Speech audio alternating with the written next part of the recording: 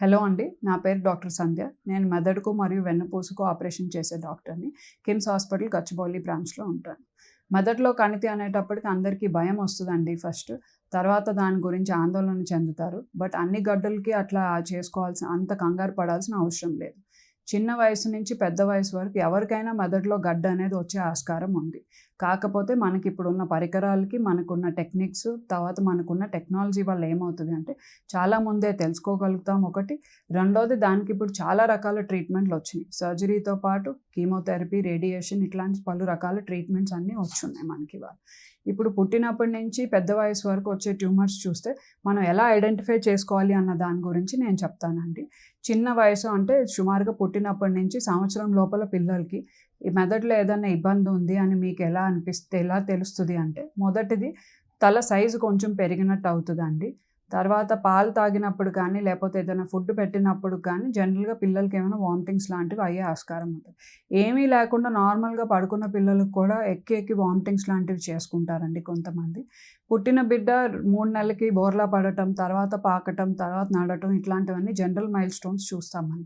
ఈ మైల్‌స్టోన్స్‌లో అనేది డిలే అనేది కానీ ఏమన్నా అబ్జర్వ్ చేస్తే మీరు అది కూడా మీరు కంపల్సరీ అట్లాంటి వాళ్ళకి కూడా చూసుకోవాలండి. ఇంకా నాలుగోదొచ్చేటప్పటికి ఫిట్స్ లాంటివొస్తాయి వాళ్ళకి. ఇంకొకటి ఏంటంటే మనం పిల్లలు ఏదన్నా పిలిచినప్పుడు గానీ మనం వాళ్ళ పేరు పిలిస్తేనో లేపోతే మనం వెళ్లి వాళ్ళ వైపు చూస్తున్నప్పుడు వాళ్ళు మన వైపు చూడకుండా వేరే పక్కకు తిరిగి చూస్తారండి. ఇట్లా ఏదన్నా అబ్నార్మల్‌గా మీరు అబ్జర్వ్ చేస్తే మటుకు ఇది సంవత్సరం లోపల పిల్లల్లో ఉంటే కంపల్సరీ టెస్టింగ్ అనేది చేపించుకోవాలి.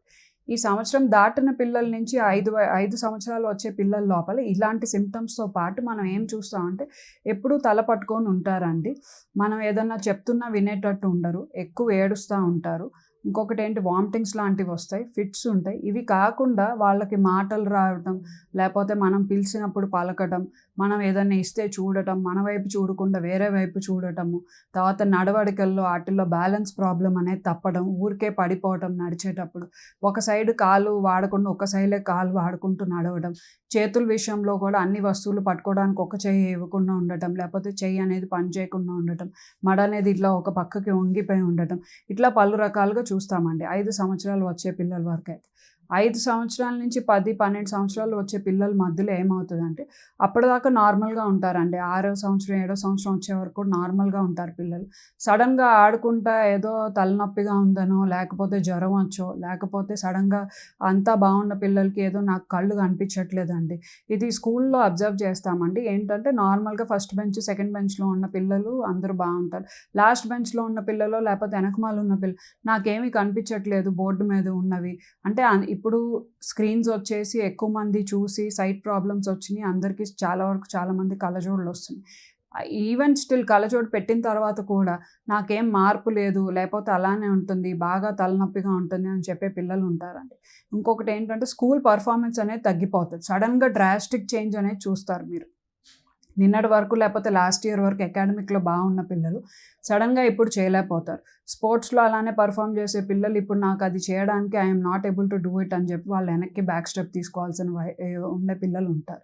ఇంకొకటేంటంటే ఏజ్ అనే గ్రోత్ అనేది డిఫరెన్స్ మీరు అబ్జర్వ్ చేస్తారు. జనరల్‌గా తల్లిదండ్రులకు అర్థమవుతది.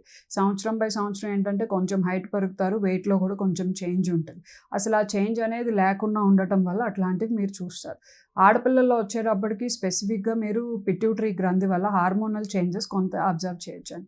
కొంతమంది సడెన్‌గా పెరిగిపోతారు హైట్. అందరికీ గ్రోత్ స్పర్ట్ అనేది వస్తదండి. జనరల్లీ 10, 12 ఇయర్స్ మధ్యలో కొంతమందికి 2 సంవత్సరాల ముందు రావచ్చు, 2 సంవత్సరాల తర్వాత రావచ్చు. But 10-15 years is an average age.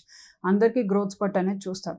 But సడెన్‌గా కాళ్ళు, చేతులు, మొహము ఎస్పెషల్లీ ముక్కు ఇట్లాంటి పార్ట్స్ అన్నీ కూడా ఎక్స్‌ట్రిమిటీస్ అంటామండి. అరచేతులు, అరికాళ్ళు, ముక్కు ఇట్లాంటివన్నీ కూడా ఒకటి ఇవన్నీ బాగా ప్రొట్రూడ్ అయ్యి సైజ్ పెరిగే ఛాన్సెస్ ఉంటాయండి.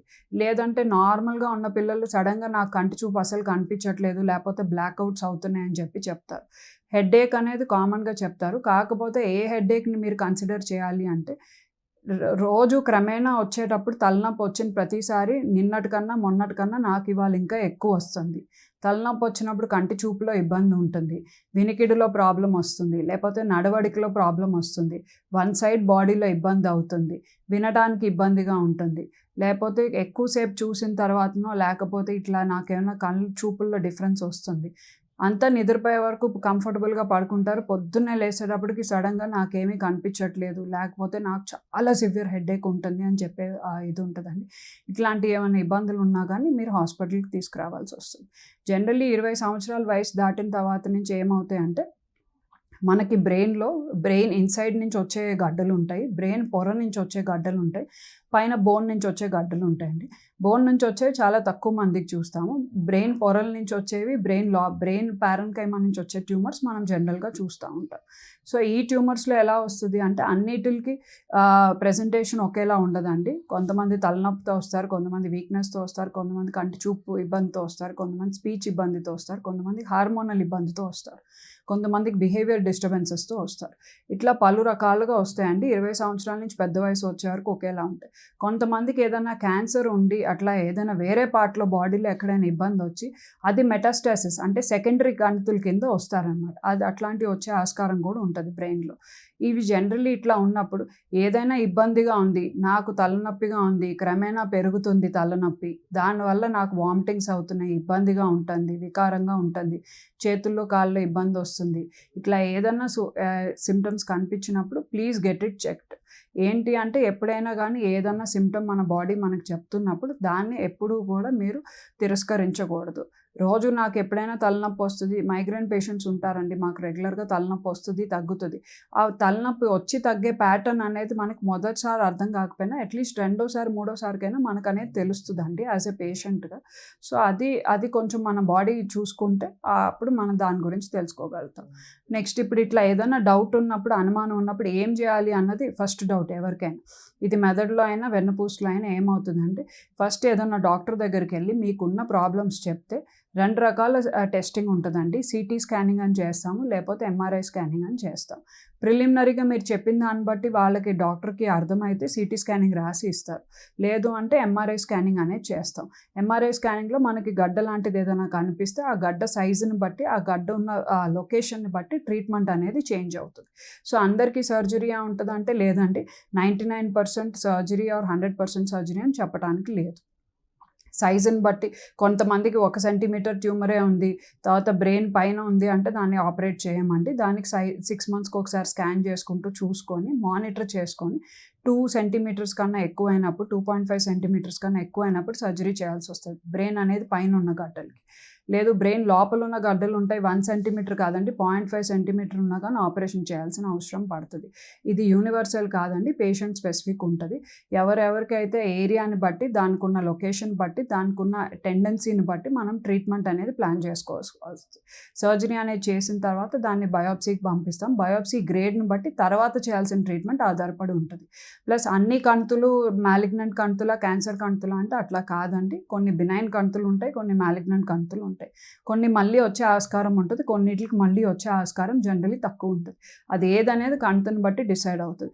అందరికీ బ్రెయిన్ ట్యూమర్ వచ్చింది, అందరికీ ట్రీట్మెంట్ సర్జరీ, అందరికీ క్యాన్సర్ కీమోథెరపీలు చేయాలి, అందరికీ రేడియేషన్లు ఇవ్వాలి అట్లా కాదండి.